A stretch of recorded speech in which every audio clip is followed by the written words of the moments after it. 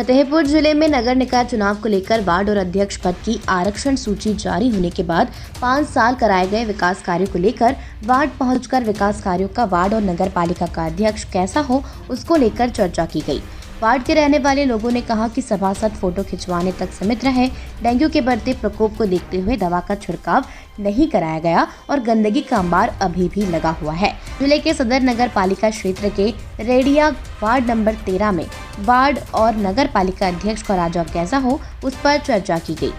तो वार्ड के लोगों ने बताया कि वर्तमान सभासद सिर्फ एक खास गली तक सीमित रहते हुए काम किया है। 5 साल तक सिर्फ फोटो खिंचवाने का काम करने के साथ अपने कुछ चाहने वाले लोगों का ही ध्यान रखा है। वार्ड के लोगों ने बताया कि कोरोना काल से लेकर वर्तमान में गंदगी फैलाने से मच्छरों के कारण डेंगू का प्रकोप बढ़ गया है, लेकिन सभासद से कहने के बाद भी दवा का छिड़काव नहीं कराया गया, जिससे डेंगू बुखार के मरीज बढ़ रहे हैं। वार्ड नंबर 13 के अन्य लोगों ने कहा कि इस बार पढ़े लिखे व्यक्ति को सभासद बनाकर नगर पालिका भेजने का काम किया जाएगा, जिससे कि वह पूरी दमदारी के साथ अपनी बात अधिकारियों और अध्यक्ष से कह सके और अपने वार्ड की समस्याओं को दूर कराने में अहम भूमिका रख सके। सभी लोगों ने कहा कि 5 साल तक सभासद तो नजर नहीं आए और न ही किसी समस्या का समाधान वर्तमान सभासद कर पाए। वहीं खराब सड़क पड़ी है, नालियां चौक है और सरकारी प्राथमिक विद्यालय के आसपास गंदगी साफ दिख रही है, लेकिन यह सब सभासद को नहीं नजर आ रहा है। इस बार जो भी वार्ड के लोगों का ध्यान रख सके, उनकी समस्याओं का निदान कर सके, ऐसे सभासद को चुनकर नगर पालिका भेजने का काम किया जाएगा। फतेहपुर से बबलू सिंह की रिपोर्ट।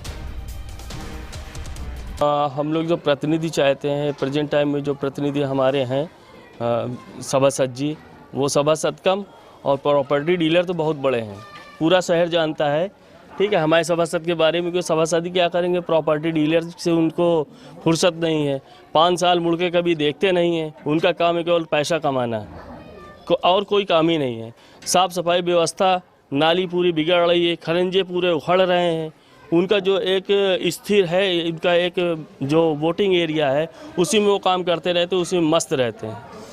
अब ऐसा सभासद होगा तो आगे कैसे काम चलेंगे। समस्या यह है कि गलियों की स्थिति बहुत ही ख़राब है और नालियां भी है ना अस्त व्यस्त हो गई हैं। यहाँ पर कूड़े का कोई एक स्थित जगह नहीं है यहाँ पर रखने की या फेंकने की। जो जहाँ चाहता है वो वहाँ कूड़ा फेंक देता है।